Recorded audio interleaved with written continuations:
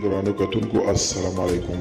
زه محمد سلمان همدرد د حق غږ پښتو چینل خبري لنډیز کې ستاسو قربا اوس تاسو پام را اړوم د مهمو خبرونو لنډیز. امریکا یو ځل بیا ویلي چې د مې تر لومړۍ نیټې د افغانستان د سرتیرو ایستل ګران کار دی.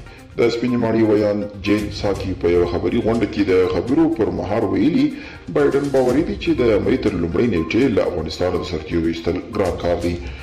هند د افغانستان د سولې او سیاسي حل په برخه کې مهم رول لري.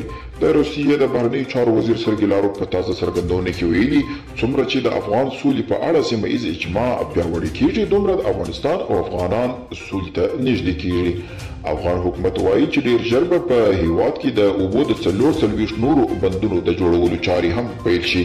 د افغانستان د اوبو تنظیم د ملي ادارې په تازه څرګندونه کې ویلي چې د هیواد په 21 ولایتونو کې د اوبو د لاښو مدیریت او د تنظیم لپاره د 44 نورو بندونو د جوړولو پلان لري.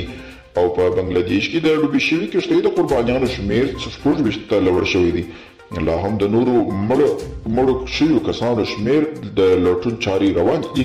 راپورونه وایي چې دا پیښه تېره ورځ د پلازمینې ډاکا ښار په جنوب کې د شیتا لیکسیا په نامه سیند کې د دوو کښتیو د ټکر له امله رامنځته شوې دي.